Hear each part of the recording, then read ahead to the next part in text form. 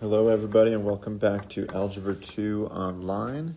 So today I want to just take the two concepts from the past few classes and kind of meld them together. So we're going to talk about absolute value again, but this time with inequalities. And the thing that a lot of times students kind of struggle with here is to know when is an absolute value inequality an and problem and when is it an or problem. And I personally think that taking something simple like absolute value of x is less than 3 versus absolute value of x is bigger than 3 and kind of drawing it out will kind of help you see which one's which. Okay, so if I take this one here and we mark off, I'm going to mark off 0, -3, and 3.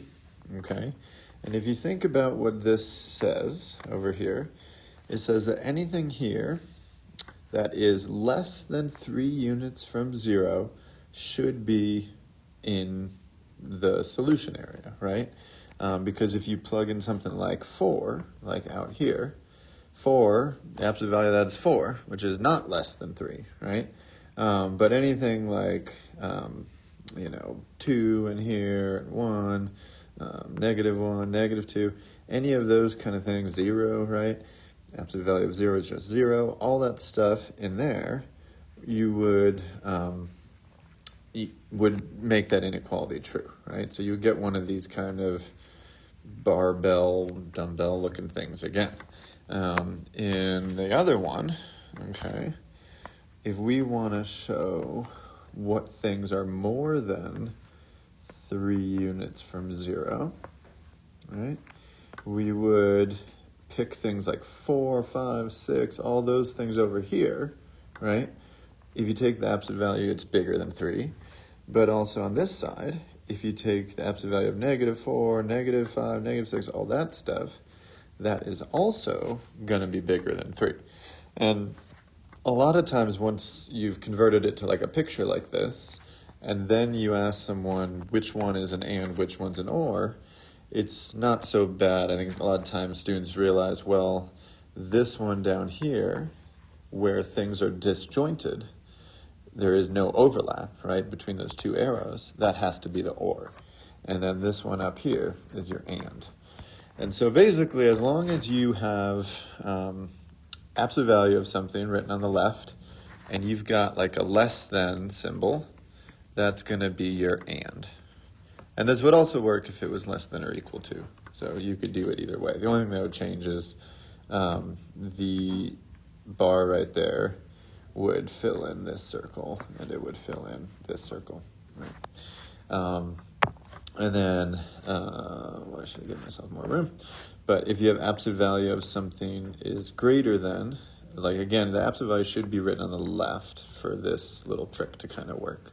But if the absolute value of something is written on the left and you have a greater than symbol there and then some sort of number, that is going to be your or. And again, you could do greater than or equal to. So you can either kind of think about it conceptually like I have talked about through the number line here, or you just want to kind of memorize it. I hate that word in math, but you could do that too.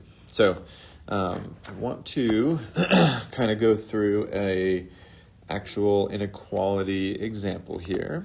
And basically we are still going to do the plus minus thing that we talked about with absolute value before. It's just when we get our two answers, we're going to have to connect it with an and or an or, all right? And so what I would probably do first, and I recommend you do this, always just simplify whatever I give you to something where it's just absolute value. So what I mean by that is, like in this example back here, I have just absolute value of something. Just absolute value down here of something. I don't want that -2 in front yet, because the little like shortcut that I was talking about won't really work there. So first just divide by -2 if you want to get rid of that there. So 4t minus 3, it's dividing by a -2, so you're going to have to flip it, right? is greater than or equal to 3.5. Whoops, negative 3.5. So now that we have absolute value of something is greater than or equal to, I know this absolute value right here, being a greater than or equal to, tells me this problem is going to be an or. So now I can do my two cases. I can do 4t minus 3 greater than or equal to negative 3.5. That's my positive case. My negative case would be negative 4t plus, right? Distribute the negative, greater than or equal to negative 3.5. And then just solve both of them out. So if you add 3, that's probably what I would do. I get negative a half, right? And then if you divide by 4, right, that's really the same as multiplying by a fourth, right? So those would cancel. And if you multiply by a fourth here, right, that's just kind of a little easier way for, I think, me to see what that would be. You just multiply top and bottom, right, and you get an eighth, negative an eighth, right? And on this side, I might add, just to keep things positive, I think I'm going to add 3.5 over, so I get 6.5. And then I'm going to add 4t to the right side. And then, so now if we just divide by 4, I'm just doing this on a calculator because I am horrible at mental math, but you would get 13 eighths is greater than or equal to t if you just divide by 4. And so now you can actually write your answer out. So we've got a number line, and we really, again, just in my class, I care about two numbers here, negative an eighth, and then 13 eighths. And I think I'm going to pick a different color there. So I want to be bigger than or equal to negative an eighth, which would look like that, okay? And then I want to be bigger than or equal to 13 eighths, which would be that. So actually, if you think about what we did, that second inequality on the right there doesn't really do anything. Actually, this ends up being the total answer, because if you have that or this, it ends up being covered fully by the negative one, because then every number that's bigger than a negative, right, would already... Oh, wait, I have that backwards. I forgot this was a less than. Let me change that around. So actually, when we do... So let me undo that part. I want to go back. So because it was less than or equal to, I should have gone this direction. Right, there we go. And so because we go bigger than or equal to a negative or less than or equal to a positive, that is the same as everything in the world. It's all real numbers. So these two problems look kind of scary when you first see them. But actually, they're another example of something that conceptually, if you think about it, you can answer it really quick. So we've got this crazy, crazy big number. I have no idea what number that would be. But the absolute value of that number times x minus some other number, it's saying, when is the absolute value of all that stuff less than negative 2? And basically, since it's less than a negative, its absolute value is less than a negative, then you have some sort of positive number, right? Absolute value is a distance, less than a negative, which, if you think about it, is impossible. So sometimes I might give you something kind of big and scary like that, and actually, if you just stop before you even do any work, you might be able to just jump to the answer. That one is just no solution. Now, if I made something kind of like this and said this time greater than negative 2 and just asked, could that have a solution? Being greater than, you definitely could, right? Because you can, if it's less than negative, that would be impossible, just like above. But there's definitely solutions here. So, could you? Yes, you definitely could. And that one, you would actually have to go out, do it the way we did this one. You'd solve two problems, and you would put it on a number line. And this would be another one that, because it's a greater than there, it's an or, okay? This one up here, I should also say, because it was a less than, it really would have been, this symbol means it would have been an and. And basically what would be happening if we did it out is we would get an answer that conflicts with the other answer. And so there would be no overlap, and then there would be no solution. So I just want to do one more problem, and it's kind of a weird one. And basically, it's similar to the one we ended class with two classes ago. So we have two absolute values, and we're going to have to think of really 4 cases.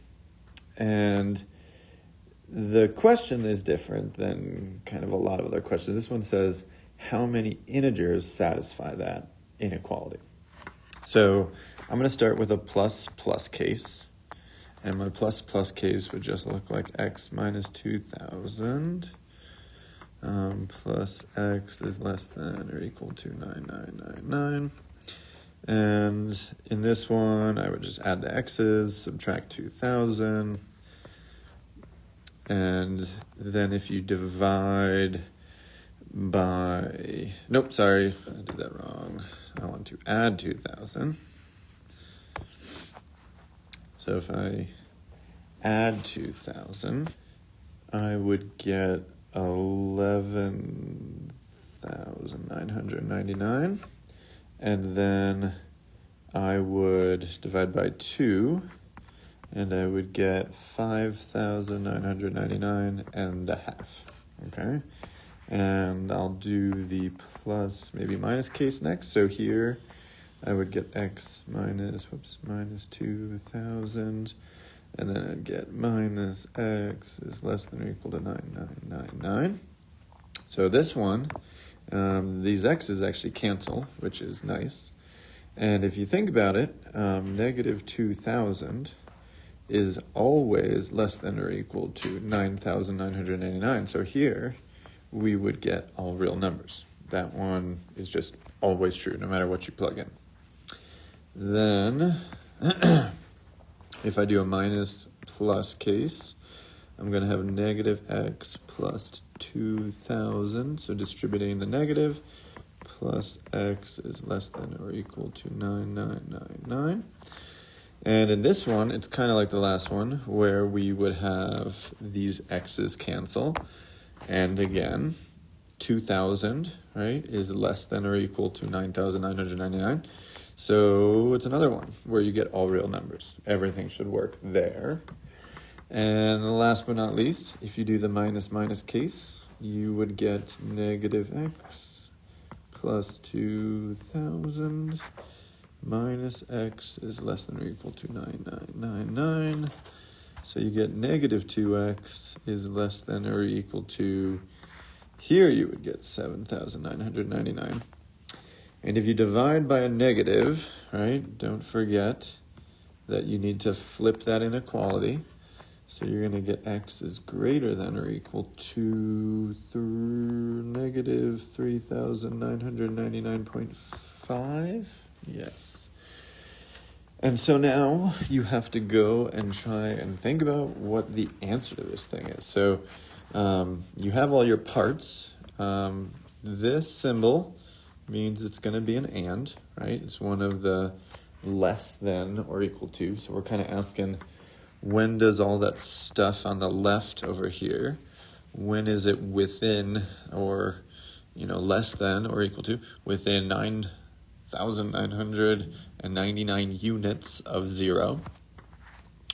And so if we look at all of our different answers, these two overlap fully, right? Because they're the whole real number line. And this one and this one are not going to overlap everywhere. So I might draw just those two kind of out. So you got negative 3,995 to say this is 5999.5. And the question is how many integers, right? So integers, again, are just numbers like -2, -1, 0, 1, 2, ... right? It goes on forever and ever and ever.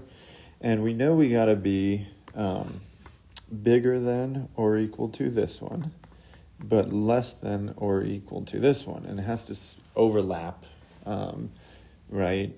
Because it's an AND problem. And so really you can just go and count how many integers are in there. And I think the easiest way to do that is to kind of think how many are above 0 and how many are below 0, right?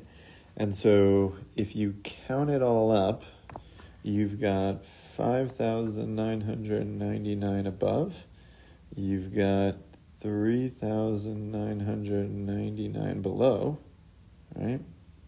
And if you count that up, you would get 9,998. But this only counts the integers above and below 0, but we also need 0, right? So really, add one more in for 0, because it is an integer. And so the final answer is basically, that's a bad color. The final answer is, I'm just going to do it in red. So 9,999. There are that many integers in between, or that satisfy that inequality. And that is kind of it. This one is definitely harder, and a lot of the problems that we will do are not this hard. They're more like, I would say, things like this is kind of a straightforward one. But it's good to kind of see one that's a little more challenging.